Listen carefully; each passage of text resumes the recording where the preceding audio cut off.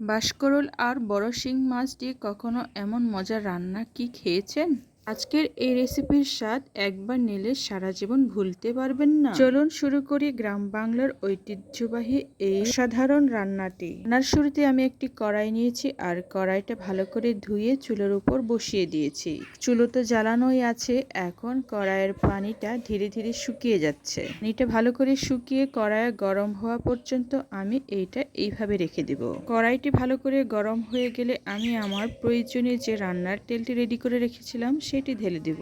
তেল ঢালার সাথে সাথে তো আর গরম হয় না, একটু অপেক্ষা করতে হয় তেলটা হিট হওয়ার জন্য। যখন বুঝতে পারি যে আমার তেলটি হিট হয়ে গেছে, তখন আমি কি করেছি, পেঁয়াজটি কুচি করে রাখা পেঁয়াজটি তেলের মধ্যে ছেড়ে দিলাম। ভালো করে ভেজে নেওয়ার জন্য আমি কি করলাম, একটা খুন্তি দিয়ে ভালো করে নেড়েচেড়েও দিয়েছি। কোনো তরকারি কিংবা যে কোনো ভাজি রান্না করার জন্য পেঁয়াজটি ভালো করে ভেজে নেওয়া অত্যন্ত জরুরি। পেঁয়াজটি এখনো ভাজা ভাজা হয়নি, সাদা সাদা দেখা যাচ্ছে, আরেকটু ভেজে নেব।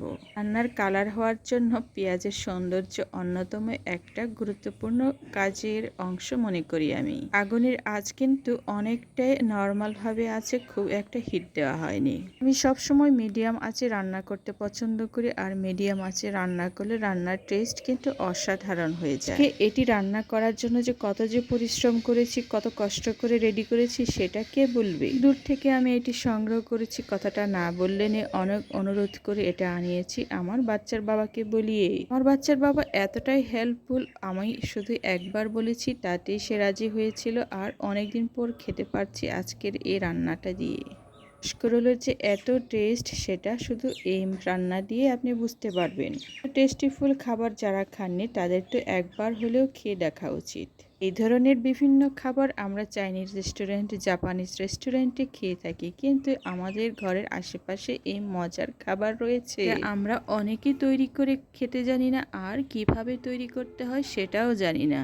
মজাদার খাবারটি যারা খেতে জানেন অথচ তৈরি করতে জানেন না, আমার এই আজকের ভিডিওটি দেখলে নিজেও ঘরে বসে এই ধরনের খাবার তৈরি করে খেতে পারবেন। রান্না করা কিন্তু অনেকটাই সহজ, তবে শুরুর দিকে যে প্রসেসিং প্রক্রিয়াগুলো ছিল সেগুলো অনেকটাই একটু কঠিন আছে। যতটাই কঠিন হোক, খেতে ইচ্ছে করলে কিন্তু সংগ্রহ করাটা আর পরিষ্কার করাটা খুবই সহজ কাজ। আজকে যেটি আমি করেছি, আমার খুব খেতে ইচ্ছে করেছিল, তাই আমি এটি সংগ্রহ করতেও পেরেছি। ঠিক এভাবে আমি রান্না করতেও বসে গেছি। এতদিন পরে আমি এই জিনিসটা খেতে পারবো ভাবতে পারিনি বলেই আমার অনেকটাই আনন্দ লাগছে। আসলে শখের নাম নাকি আশিতলা। এই আশিতলা খাবারটা যে কতটা আনন্দের সেটা শুধু আমি বুঝতে পারছি আজকে। খাবারটা খেতে পারলে তো অনেকটাই শান্তি লাগবে। সত্যি কথা বলতে কি, আমি যেমন খেতে পছন্দ করি, তেমনি রান্না করতেও অনেক পছন্দ করি। নিজের পছন্দের রান্না মানুষকে অনেক আদর যত্ন করে খাওয়াতেও পছন্দ করি।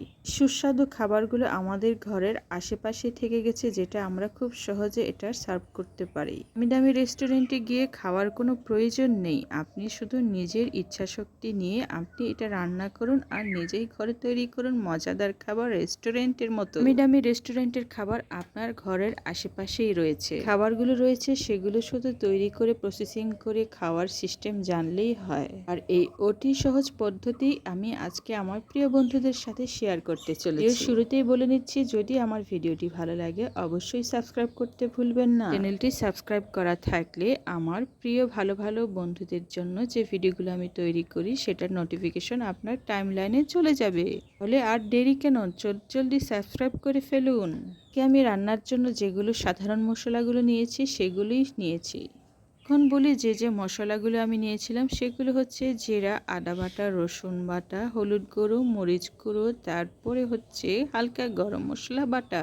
গরম মশলা বাটা এই কারণে ব্যবহার করেছি কারণ এইটাতে একটা নিজস্ব স্মেল থাকে, এই স্মেলটি দূর করার জন্য গরম মশলা বাটা দিলে খুবই ভালো হয়। মাংসের মতো করে ভালো করে কষিয়ে কষিয়ে রান্না করলে খুবই ভালো হয়। এখন এর টেক্সট আর কালারটা আর স্মেলটা এতটা ভালো হয় যা আপনি কল্পনাও করতে পারবেন না। এটা কিভাবে সম্পূর্ণ করলাম, ভিডিওটা যদি সম্পূর্ণ না দেখেন তাহলে কিন্তু আপনি ভুল করবেন।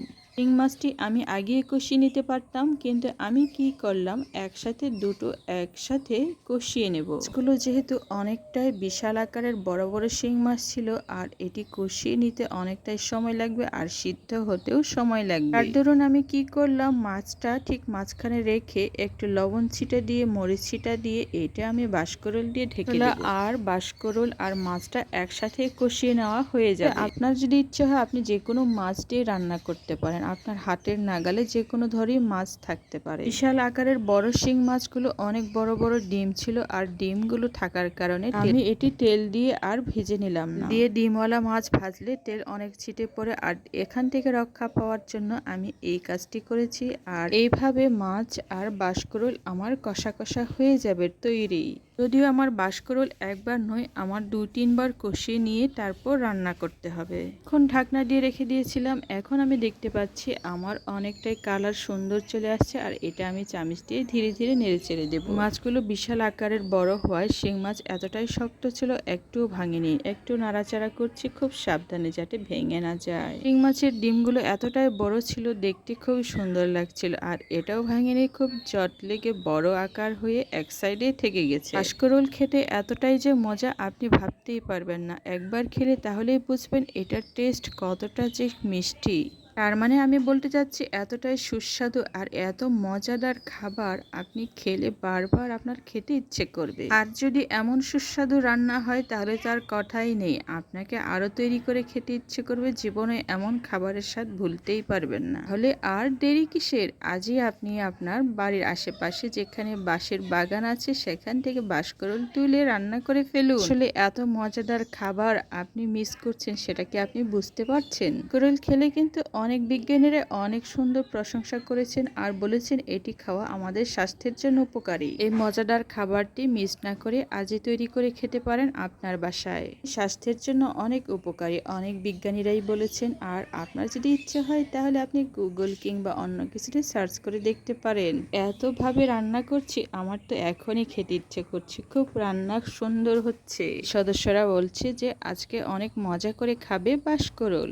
প্রক্রিয়াটা অনেক সহজ পদ্ধতি, আপনি যে কেউ এই ধরনের ভিডিও দেখে আপনি রান্না করে খেয়ে নিতে পারেন। অনেক মজার রেসিপি তৈরি করে বাড়ির সদস্যদেরও খাওয়াতে পারেন। অফ ক্যামেরাতে আমি 2 বার পানি দিয়ে কষিয়ে নিয়েছি, আর কষিয়ে নেওয়ার ফলে এই ধরনের সুন্দর আকার ধারণ করেছে আমার রান্নার। করল রান্না করলে খুবই কষা কষা রান্না করতে হয়, আর এইভাবে মশলা দিয়ে কষা কষা মাছ সহকারে রান্না করলে খুবই খাবার মজাদার হয়। আপনি ভাত দিয়েও খেতে পারেন, আবার মজাদার খাবার হিসেবে সালাদ হিসেবেও ব্যবহার করতে পারেন। আজকের এই রান্নাটি আমি ভাত দিয়ে খাওয়ার জন্যই রেডি করেছি। আপনাকে মনে রাখতে হবে এটি মাংসের মতো করে রান্না করতে হবে, আর যেটা আমি প্রক্রিয়াটা করেছি আমার মতো না করে আপনি অন্য প্রক্রিয়ার মাধ্যমে এটা রেডি করতেও পারেন। যেভাবে সাইজগুলো করেছি সেটা হচ্ছে গোল গোল হালকা হালকা আলুর চিপসের মতো করে, কি এটা লম্বা লম্বা করে স্লাইস করে কেটেও রেডি করে থাকে, সেভাবেও রেডি করি। তবে আজকে রেডিটা অন্যরকম করে গোল গোল সাইজ আলুর চিপসের মতো করে আমি রেডি করেছি। আর আমার ভিডিওটি ফুল দেখেছেন শুরু থেকে শেষ পর্যন্ত, তাদের প্রত্যেককে অনেক অনেক ধন্যবাদ। তৈরি হয়ে গেছে আমার মজার খাবার।